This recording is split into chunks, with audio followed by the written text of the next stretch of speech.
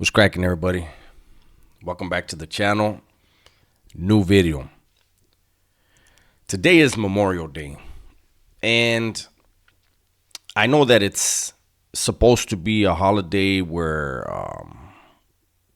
isn't it we're supposed to think of the veterans and stuff like that. Myself, on Memorial Day, I tend to think of people from my past, people that passed on, stuff like that. And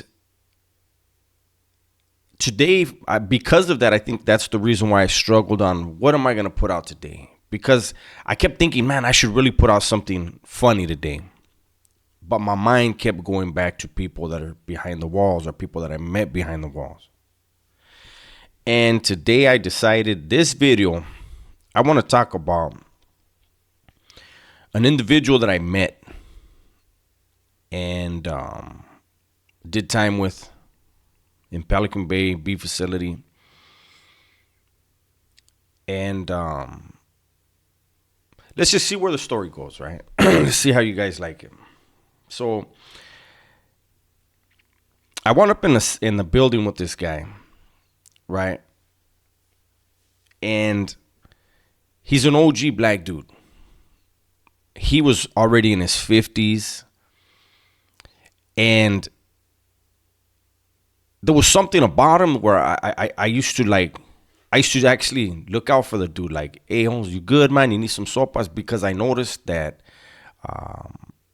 it seemed like a lot of the blacks thought he was a J-Cat, right? But when you engaged him in conversation, he wasn't. And I remember he told me one time, he was like, man, check this out, I say. He goes, these dudes think I'm a J-Cat. He said, because I don't fuck with nobody. He goes, all I want to do is do my time, be left alone, and drink my short dog. That dude used to drink a short dog, his little bottle of white lining or Pruno every day. He always had a batch going. He was a trip, man. He used to trip me out. But yeah, I would offer him sopas and stuff, man. And he was, I'm good, man. I'm good. I'm saying, all right, man. I'm just checking up on you. Because he wasn't into all the gangbanging stuff. He did stick to himself, and he lived downstairs from me. He was in the corner pocket, last cell in the corner, A section, right? And this was during the time leading up to the riot that happened in 2000, right? And one thing is, it's always those who have never been in war who are eager to engage in it. It's still exciting. Those who have been engaged in warfare are usually those, they don't fear it. They just know the senselessness of it, right? And, that Pelican Bay riot in 2000 wasn't a spur of the moment thing. Nobody should have been surprised that it happened. If anything, the only surprise would have been when it happened, maybe. But it had been months in the making. There had been a lot of discussions. There was tension. And I knew in my head, I wasn't going to hit that guy. Everybody prior, just so you guys know, I think I mentioned it before. Prior to a riot, man, when you're discussing and it's already, we know we're going to go. It's just when they say, all right, let's go now. Prior to that, what you do is you group up with the guys you're the closest to. You guys have a little crew, 5-6 dudes. Who do we want to go at? Who do we want to hit? What section of the yard are we going to move to? Then you let the other crews know, hey, Holmes, we're going to go where you vatos going. And that's what happened. And I remember everybody pretty much, everybody knew what they wanted to do. And I remember thinking, man, I hope this old fucker somehow just stays out of the way, right? And like I was saying, there was a lot of youngsters on the black side that when the tension was there and, they were they were peacocking. They were exhibiting that they had no fear, which is cool, but there was a little arrogance to it, as if like whatever, and it was like okay. Whereas the OGs were more like, these youngsters don't get it, man. This thing should have never happened. I've said it before. I'll say it to my last breath, man. That riot should have never happened. It was over a JCat. But that's prison, right? So, anyways, the day the riot happened, man, the OG got left hanging. Everybody that was around him left him. And he stood his ground, man. He tried. He really tried, man. And we didn't know if he was going to live or not. Because that's the thing. When shit like that happens in prison, man, it's business. It's not personal. It's business. It's what happens in there. When shit goes wrong, when communication breaks down, when one side feels the other side didn't do what was expected, that's what happens. There has to be a punishment. There has to be a penalty. And that riot was the punishment and the penalty for allowing the individual who had committed the disrespect to just leave the yard without being disciplined. And I remember when the OG finally did come back. He came back from the outside hospital about 7 days later. And I remember he came back and he had his jumpsuit on, and it was untied, because those are the ones they have ties right here. And it was untied, and he had a bandage here, and you could see the tube sticking out of his chest, right? I guess he had some collapsed lungs, and, he had got hurt, man. And he was skinny. And I remember that, he knew exactly who hit him. And two of the guys that were on him, because he had about, if I remember right, he had about 6 dudes on him, all stabbing him. So thankfully he lived. Thankfully he survived that.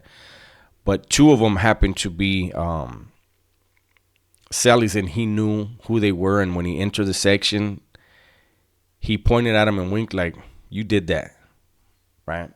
Didn't talk no shit. Went to his cell. And I remember it was probably 2 or 3 days later.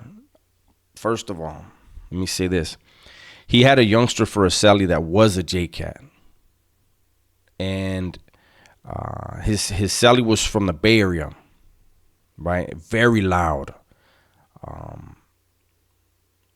Very disrespectful. And obviously, the OG was in the cell explaining to him what had happened to him, how he got hit, as bad as he got hit, what happened. And I'll get to that in a second. But first of all, the OG went to the shower one day, probably about 3 days after he came back. And I lived next to the shower. And when he came to the shower, he slid a weed line under my door, right? And I was like, all right, because I'm not gonna, on the other side of the shower was a black cell. I'm not gonna front him off that he's hollering at me, because I don't know what the hell it is, it's wartime. And in the kite, I'll never forget. I'm not gonna get into all the details, but he basically said, these youngsters forced that you guys to do what you had to do, and you did that. And he said, but I'll be damned if I'm on the run. He said, I'd rather die where I was standing than run. And he said, now I'm hearing my people celebrating that one of the Southerners was killed by a canine. He said, I'm not from that generation. And he said, it's bullshit. And so, when he came out, I was just like, all right. And I remember it was probably a day or 2 later, man, that his JCat Sally started beating the shit out of him. Keep in mind, he's got a tube sticking out of his chest. He just went, I don't know, he probably got hit like 20 times minimum. with steel, no plastic. He got hit with steel. The dude lost a bunch of weight, had no strength, and you could hear his cellie socking the shit out of him. And he kept saying, I don't give a fuck what these other ends did on the yard. I'll never run from a wetback. And we heard it, and all of us were like, wow. Everybody, and that's the brutality of prison, man. The fact that the dude disrespected the raza Aeons, he was feeling a certain type of way because of what had happened. To a degree that's understandable, but the time to perform just happened a couple weeks prior to that, and you didn't. So how do you take advantage of an old man that's your own kind? Probably couldn't even defend himself right. Was probably more worried about the tube being ripped out of his chest. Who knows, man? But for whatever reason, man, that old man was on my mind today.